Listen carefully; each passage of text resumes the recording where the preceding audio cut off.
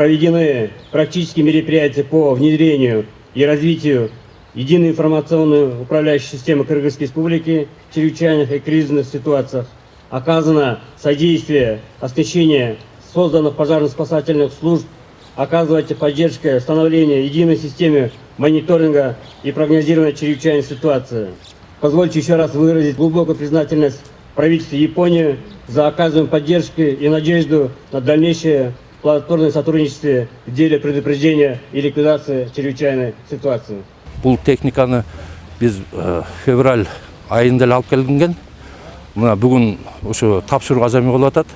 Буга чейин біз бұл эки машинаны күчүрмен эсепке коюп, азыркыга чейин бұл өрт өчүрүүдө өзүнүн кызматын кылып келатат да.